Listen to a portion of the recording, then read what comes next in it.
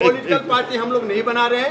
हम लोग चुनाव कैसे लड़ेंगे? चुनाव क्या करेंगे? जनता की राजा होगी, हम सब मिल करके हर लड़ेंगे। एक मिनट दुआ साहब, हर पॉलिटिकल पार्टी कहता है हम समाज सेवा करने ही आए हैं, जनता लूटती नहीं है ना, ये कोई तर्क नहीं हुआ, ये कोई तर्क नहीं हुआ।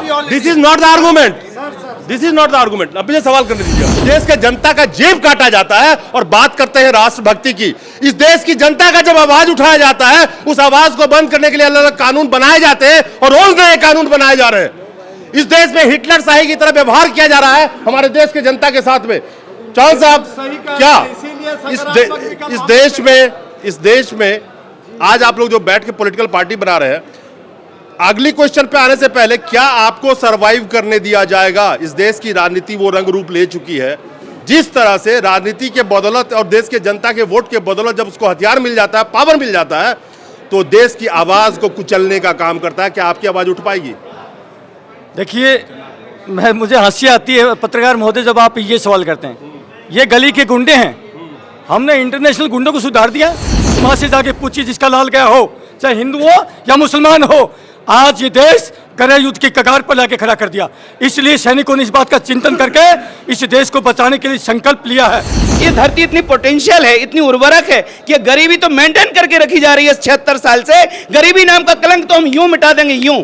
चलिए, कम से कम आपको इस रंग रूप में देख करके जो हमारे दर्शक हैं देख के बड़ा खुश हुए होंगे। पहले देख के तो चौंक गए होंगे कि आप भी कहीं वही बात ना करें, आप तो समझ गए होंगे, हैं?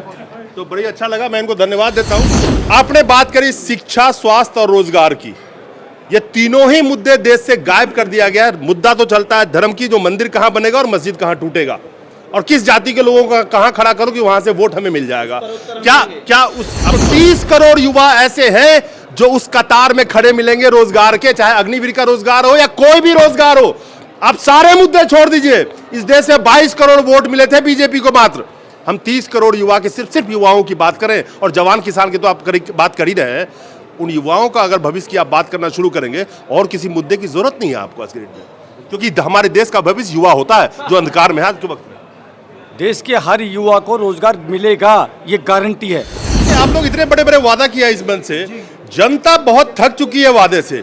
जनता विश्वास करे तो कैसे करे कि यार यही सच बोल रहे हैं, जो पहले बोला था वो झूठा था, ये सच्चे आ गए हमारे बीच में। How they can trust you? अच्छा, ये बताइए आज। दोस्तों नमस्कार। इस देश में 2600 पॉलिटिकल पार्टियां, यानी कि राजनीतिक पार्टियां, उस 2600 राजनीतिक पार्टियां होने के बावजूद भी हमारे साथ जो आज लोग खड़े हैं, ये देश के वेटरन्स हैं। आज क्यों एक अलग से राजनीतिक पार्टी बनाने की ये बात कर रहे हैं?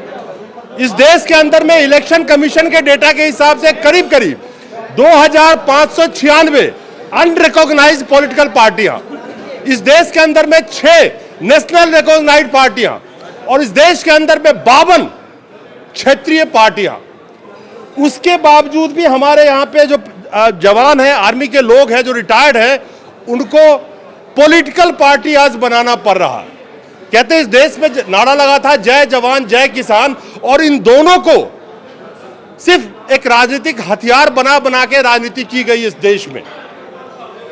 हमारे साथ जो लोग बैठे हुए, इन्होंने आज एक पॉलिटिकल पार्टी की घोषणा करी है और अलग अलग छोटी छोटी जो पार्टियां थी उसको साथ में लाने की उन्होंने कोशिश करी है। लेकिन इसकी जरूरत क्यों पड़ी? आखिर क्या वजह है कि हमारे देश के फौजियों को रिटायर होने के बाद पॉलिटिकल पार्टियां बनाने की जरूरत पड़ रही है? इनसे बात करता हूं, उसके बाद और आंकड़े पे आता हूं। अभी एक लाइन पॉलिटिकल पार्टी हम लोग नहीं बना रहे हैं। हम लोग चुनाव कैसे लड़ेंगे? चुनाव क्या करेंगे? जनता की राजा होगी, हम सब मिल करके हर लड़ेंगे। एक मिनट दुआ साहब, हर पॉलिटिकल पार्टी कहता है हम समाज सेवा करने ही आए हैं, जनता लूटती नहीं है ना, ये कोई तर्क नहीं हुआ, ये कोई तर्क नहीं हुआ। This is not the argument, this is not the argument. अब मुझे सवाल करने दीजिए। अब एक मिनट सर, एक मिनट सवाल करने दीजिए। चौहान साहब, आप आज यहाँ पे आप लोग इकट्ठे हुए हैं, देश के हमारे सम्मानित जवान लोग हैं, आर्मी के वेटरन्स इकट्ठे हुए हैं, और मैं आपको काफ़ी सालों से किसान आंदोलन में हमारी मुलाकात हुई थी जब मैंने आपको पहली दफ़ा देखा था वहाँ पे। उसके बाद लगातार आप मुखरता से लड़ते रहे अलग अलग मुद्दों के ऊपर में। आखिर क्या वजह आई कि जनता जो आप हैं, हम हैं, सब हैं, आज के डेट में कोशिश ये है कि उनकी कोई पॉलिटिकल पार्टी नहीं सुन रही है। 2700 के करीब पॉलिटिकल पार्टियां, 2600 के करीब मैंने गिनवाया, एक एक आंकड़ा दिया। 295 अनरिकॉग्नाइज्ड हैं, 6 नेशनल पार्टियां हैं, 52 स्टेट लेवल की पार्टियां, क्षेत्रीय पार्टियां हैं। उसके बावजूद भी नया पार्टी बनाने की आपने सोची, इसकी जरूरत क्यों आन पड़ी? भाई जी कहते हैं आवश्यकता आविष्कार की जननी है। आज जो वर्तमान में जो पोजीशन हम देश की देखते हैं, हम एक नादान एज में सीमाओं पर जाते हैं, पूरी जवानी सीमाओं पर लगा के आते हैं। जिस हंसते खेलते समाज को, प्यार मोहब्बत को छोड़ के जाते हैं, हम वहाँ पर गोलियाँ खाते रहे, लेकिन वापसी जब वतन में लौटते हैं हम देखते हैं वो जो भाईचारा प्यार मोहब्बत छोड़ के जाते हैं वो तो बचा ही नहीं है। आज वो कहाँ गया भाईचारा? आपस में जो प्रेम मोहब्बत था वो कहाँ गया? वो सारा भाईचारा इस देश की गंदी राजनीति की भेंट चढ़ गया। इसलिए कहीं न कहीं इस देश के सैनिकों ने इस बात का चिंतन मंथन किया। आज मेरा देश बारूद की ढेर पकड़ा लाके कर दिया। आज 2 साल पहले दिल्ली में दंगे होते हैं हिंदू मुसलमान में, सैकड़ों माओं के लाल गए, चाहे हिंदू हो या मुसलमान हो। अरे उस माँ से जाके पूछिए जिसका लाल गया हो, चाहे हिंदू हो या मुसलमान हो। आज ये देश गृह युद्ध की कगार पर लाके खड़ा कर दिया। इसलिए सैनिकों ने इस बात का चिंतन करके इस देश को बचाने के लिए संकल्प लिया है और हम बचाएंगे। क्योंकि सैनिक जब सीमा पर खड़ा होकर शहीद होता है तो जात पात या धर्म के लिए शहीद नहीं होता, वो देश के लिए शहीद होता है। आज इस देश को बचाने की जरूरत है। नहीं, मैं बीच में एक बात जोड़ूंगा। आपने एक बहुत अच्छी बात कही है, राष्ट्रभक्ति और देशभक्ति की बात की जाती है इस देश में। आपने देखा होगा कि मौजूदा वक्त में दबा के राष्ट्रभक्ति की बात की जाती है, लेकिन क्या राष्ट्रभक्ति वाकई जो राष्ट्रभक्ति की बात करते हैं क्या वो राष्ट्रभक्त है? इस देश के 140 करोड़ जनता के पैसों के साथ लूट हो रहा है।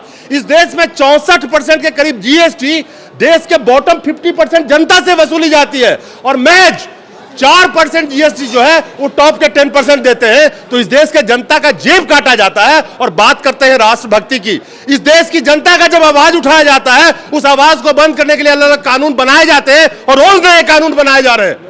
इस देश में हिटलर शाही की तरह व्यवहार किया जा रहा है हमारे देश के जनता के साथ में। चौहान साहब, क्या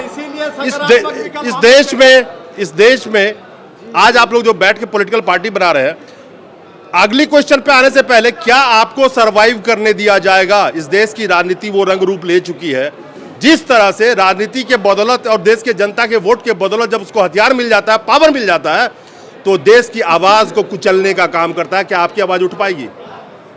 देखिए, मुझे हंसी आती है पत्रकार महोदय जब आप ये सवाल करते हैं। ये गली के गुंडे हैं, हमने इंटरनेशनल गुंडों को सुधार दिया।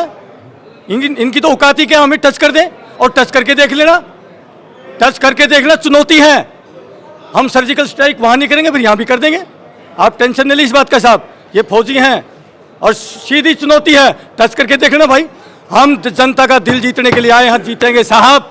आपको पावर कहां से? एक मिनट सर, आपको पावर तो तभी मिलेगा जब आपको वोट से गद्दी दिया जाएगा। आप जनता से ही मांग रहे हैं। सुन लीजिए, मेरी सवाल सुन लीजिए। इस देश के अंदर में करीब 29,50,000 डिफेंस में नौकरी करने वाले हमारे लोग, इस देश में 26 लाख के करीब रिटायर्ड लोग और हर साल 60,000 उसमें जुड़ते हैं। अगर मैं इनको जोड़ देता हूं तो अगर एक समुदाय को लेकर चलेंगे आप तो 60 लाख मैं चाहता हूं कि आप लोग से जुड़े लोग हैं। इस देश के अंदर में 100 करोड़ वोटर हैं तकरीबन, करीब, जिसमें से 46.5 करोड़ महिलाएं हैं। आपने बात करी शिक्षा, स्वास्थ्य और रोजगार की। ये तीनों ही मुद्दे देश से गायब कर दिया गया है। मुद्दा तो चलता है धर्म की, जो मंदिर कहां बनेगा और मस्जिद कहां टूटेगा और किस जाति के लोगों का कहां खड़ा करो कि वहां से वोट हमें मिल जाएगा। क्या उस आपके पास भी आऊंगा, क्या इस राजनीति को आप खत्म करेंगे जहां पे देश की जनता से जुड़े मुद्दों की बातें हों? 100% भाई जी, इन्हीं सब चीज़ों को समाप्त, ये देश को तोड़ने का काम करते हैं, यहाँ जोड़ने का काम करेंगे। Just opposite. हमने पहले बता दिया कि इसने शिक्षा, स्वास्थ्य, रोजगार को समाप्त कर दिया। आज जितना शिक्षण संस्थान है सब नेताओं के, जितने हमारे मेडिकल हैं, प्राइवेट मेडिकल हैं, वो सारे नेताओं के। तो कहाँ से शिक्षा मिलेगी, कहाँ से स्वास्थ्य मिलेगा? आज सैनिकों ने संकल्प लिया है, शिक्षा और स्वास्थ्य ये हमारा जन्मसिद्ध अधिकार है। ये देश की सरकारों का दायित्व बनता है कि हर व्यक्ति को जो है फ्री मैंडेटरी एजुकेशन होनी चाहिए। आप कहते हैं ना शिक्षा का अधिकार, उससे काम नहीं चलेगा।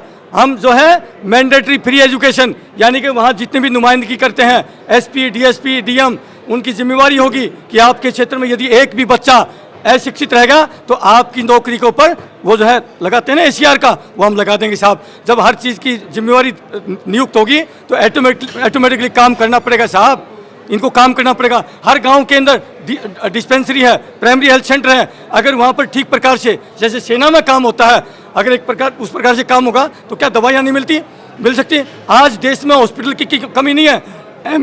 MRI मशीन, CT स्कैन एक भी नहीं होता। अरे साहब 500 मशीनें, अगर क्या इस देश में इतना बजट नहीं है क्या? आज गरीब आदमी को तुरंत बाहर के लिए रेफर कर दिया जाता है, वो बंदा बिना MRI CT स्कैन करके अपनी जिंदगी। नहीं, मैं समझ गया, आप स्वास्थ्य पे ध्यान देंगे। आपसे एक सवाल इसलिए बनता है कि आप फौजी हैं, आप लोग अमृतपाल सिंह का चर्चा कर रहे थे आप अभी। जो अमृतपाल सिंह जी शहीद हुए हैं, जो आप कह रहे हैं, सरकार के तरफ से बयान ये आ रहा है कि अमृतकाल की अपनी ही बंदूक से गोली लगी है। सरकार का जो स्टेटमेंट आ रहा है, जो कहा जा रहा है, हम कहते हैं जब आप अग्निवीर बनाएंगे इतने शॉर्ट पीरियड के ट्रेनिंग दे करके, तो ये जो चीजें हादसा हुई है उसके बाद उसको सम्मान नहीं दिया गया जो एक शहीद सैनिकों को मिलना चाहिए। तो क्या जो अग्निवीर में शामिल होने वाले युवा आज की डेट में इंतजार कर रहे हैं, जो मैं भी अग्निवीर बन जाऊंगा, आपकी सरकार हर मुद्दे को आप छोड़ दीजिए, इस देश में 64% आबादी युवाओं की है, 64%, यानी कि आप 100 करोड़ की वोटर की बात करेंगे तो 30 करोड़ युवा ऐसे हैं जो उस कतार में खड़े मिलेंगे रोजगार के, चाहे अग्निवीर का रोजगार हो या कोई भी रोजगार हो। आप सारे मुद्दे छोड़ दीजिए, इस देश में 22 करोड़ वोट मिले थे बीजेपी को मात्र, हम 30 करोड़ युवा के सिर्फ युवाओं की बात करें, और जवान किसान की तो आप बात कर ही रहे हैं। उन युवाओं का अगर भविष्य की आप बात करना शुरू करेंगे, और किसी मुद्दे की जरूरत नहीं है आपको आज के डेट में, क्योंकि हमारे देश का भविष्य युवा होता है जो अंधकार में है आज के वक्त में। देश के हर युवा को रोजगार मिलेगा, ये गारंटी है। और गारंटी कौन देता है? सैनिक दे रहा है। सैनिक के अंदर बहुत प्लानिंग डिजाइनिंग हम लोगों ने कर रखी है, ऊंचे लेवल की कर रखी है, 100%। इसमें एक उदाहरण के तौर पर बता देता हूँ, इस देश में बड़ी बड़ी प्राइवेट कंपनी है, अगर सरकार ये इस प्रकार का आदेश कर दे कि कोई भी कंपनी मिनिमम वेजेज उसकी 30,000 नहीं होगी, सरकारी जो भर्तियाँ होती हैं उसमें भी 30,000 से स्टार्टिंग होती है, उसकी तरफ से, सरकार की तरफ से उनको टैक्स में हर चीज़ में रिबेट मिलेगी, तो क्या सरकारी रोजगार नहीं होगा क्या? अगर देश का प्रधानमंत्री, किसी भी स्टेट का मुख्यमंत्री अगर हम बनते हैं और बनेंगे, हम विदेशों से बात करेंगे कि हम यहाँ से बड़े प्रशिक्षण लिए हुए बंदे आपके देश में अपनी जिम्मेवारी पर भेजते हैं, उनका 20-20 लाख पंजाब में देखता हूँ, हरियाणा में देखता हूँ, जितने बच्चे जाते हैं अपनी ज़मीन बेच करके, गिरवी रख करके वो जाते हैं। सरकार चाहे तो क्या अपनी जिम्मेवारी पर फ्री में नहीं भेज सकती क्या साहब? ये सारा काम होगा यार, ये फ्री में होगा। देश में कॉर्पोरेट का क्या करेंगे आप, ये बताइए मुझे। अग्निवीर रेगुलर होगा। उसके लिए हमारे पास बहुत सारे व्यापारी वर्ग के साथी हैं, बहुत सारे व्यापारी वर्ग के अलग अलग स्पेशलिस्ट हैं, उसका बैठ के प्लानिंग होगा किस प्रकार से चलेगा। हर फील्ड के डॉक्टर हैं, इंजीनियर है, पायलट हमारे बीच में, हर व्यक्ति इस प्लानिंग को करेगा, सेट करेगा, बैठ कर प्लानिंग का हिस्सा वो हम बताएंगे आपको आगे। इस देश का 60 भारत सोने की चिड़िया, इस सोने की चिड़िया उसके 60% संपत्ति पे 5% लोगों का अधिकार है, और इस देश के 40% संपत्ति पे 1% लोग राज करते हैं। कितनी बड़ी असमानता है इस देश में। अगर सिर्फ उस असमानता को आप खत्म कर पाएंगे अगर आ गए पावर में, तो इस देश में बल्ले बल्ले वैसे ही हो जाएगी। महाराज जी से जरा बात करता हूं। महाराज जी, आप यहाँ पे बैठे हुए हैं, आप भी रिटायर्ड फौजी हैं क्या? मैं खड़ा हो जाता हूँ, मैं एक शहीद का भाई हूँ। अच्छा। और मैं राष्ट्र में परिव्राजक के तौर पे मानवीय चेतना पे काम करता हूँ। यूनिवर्सल ह्यूमन वैल्यू पर जो हमारा एक उपक्रम है कि ना मुद्दा हिंदू का है ना मुद्दा मुसलमान का है, पूरी हमारे देश में या पूरी दुनिया में मुद्दा है तो परेशान का है, मुद्दा है तो अज्ञान का है। यदि हम अज्ञान पर चोट करेंगे, हम यदि मनुष्य को जिम्मेदार इकाई के रूप में खड़ा कर पाएंगे, तो धरती पर मनुष्य एक पुरुषार्थी पराक्रमी इकाई है। ये धरती इतनी पोटेंशियल है, इतनी उर्वरक है कि गरीबी तो मेंटेन करके रखी जा रही है 76 साल से। गरीबी नाम का कलंक तो हम यूं मिटा देंगे, यूं। चलिए, कम से कम आपको इस रंग रूप में देख करके जो हमारे दर्शक हैं देख के बड़ा खुश हुए होंगे। पहले देख के तो चौंक गए होंगे कि आप भी कहीं वही बात ना करें, आप तो समझ गए होंगे, हैं? तो बड़ी अच्छा लगा। मैं इनको धन्यवाद देता हूं कि ये सोच होनी चाहिए, बात इंसान की होनी चाहिए। एक मिनट, कहाँ से आए आप? मैं सतना मध्य प्रदेश से आया हूँ। आपने जो सवाल किया अभी कि भाई इनका चोला देख के, आज चोला पहन के कुछ पार्टीबाजी कर रहे हैं, राम नाम के नाम पर लोगों को लूट रहे हैं, मुसलमानों से डरा रहे हैं। उनका मुख्य मकसद है सत्ता को बचाना। मुख्य मुद्दे आपने जैसे कहा, हमारा युवा बेरोजगार है, उसके पास हमारी पूरी योजना बन चुकी है। अगर आप चाहेंगे उसकी डिटेल देंगे कि कैसे एक हमारे बच्चे को रोजगार मिल सकेगा जो अपने माँ बाप का परिवार पाल सके, बच्चों के पाल सके। हम बोलने में विश्वास नहीं करते, हम लोग योजनाबद्ध तरीके से चल रहे हैं कि हम 15 लाख देंगे, 2 करोड़ को नौकरी देंगे। आप हमसे सवाल पूछिए, हमारी योजना आपके पास है। और कैसे? देखिए, आप लोग इतने बड़े बड़े वादा किया इस मंच से, जनता बहुत थक चुकी है वादे से। जनता विश्वास करे तो कैसे करे कि यार यही सच बोल रहे हैं, जो पहले बोला था वो झूठा था, ये सच्चे आ गए हमारे बीच में। अच्छा। How they can trust you? अच्छा, ये बताइए, आज जब भी कोई दिक्कत आती, दंगा फसाद होता, पुलिस अगर कंट्रोल नहीं करती तो देश में कौन कंट्रोल करता है? आर्मी करता है। भ्रष्टाचार खत्म करेंगे। जब भ्रष्टाचार खत्म हो गया, फिर कारपोरेट घराने जो करा रहे हैं उनको खत्म करेंगे।